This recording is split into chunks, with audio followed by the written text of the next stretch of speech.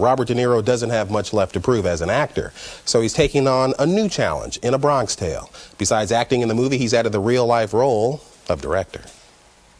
I'm not stupid. You know what I'm talking about. Just stay away from my son, okay?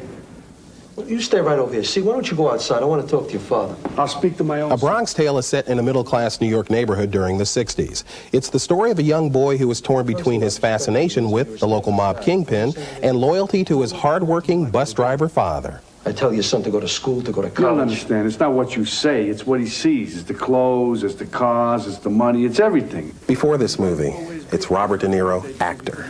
Now it's Robert De Niro, actor, director, and producer. What'd you learn from this experience?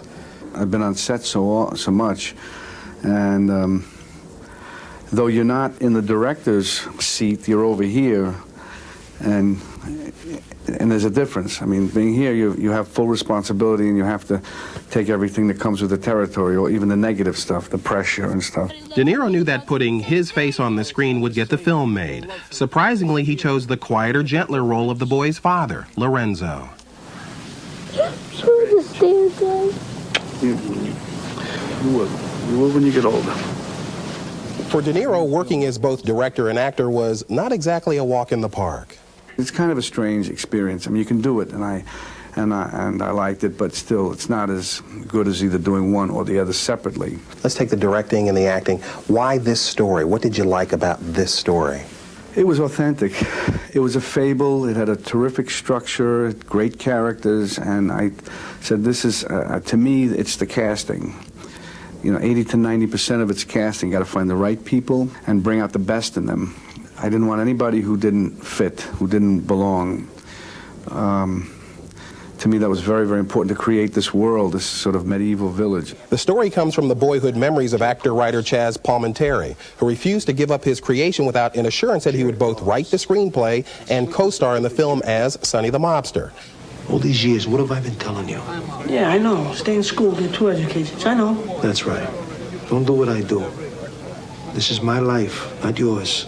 Several filmmakers were rejected before De Niro made his pitch. I knew the material, I knew what it was. I knew Chaz knew it, and I said, between him and myself, I don't know how well the movie will be received or anything, but I said it'll be a special movie, that I will tell you. And I said, if you act now, you give it to me now, I promise you'll be in it, and I'll do it the way I want to do it, and I'll set it up the way I want to set it up.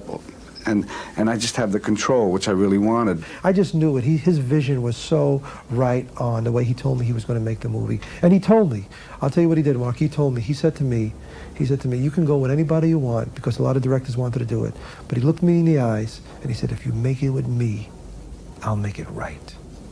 And when he looks in your eyes, you believe him. This is a sweet, sweet movie. De Niro has a real nice touch, and also Chaz Palminteri. This guy's going to be a big star. He's going to be red hot. Red hot, the guy who plays Sonny the Mobster. It was very controversial, though, because this is his material.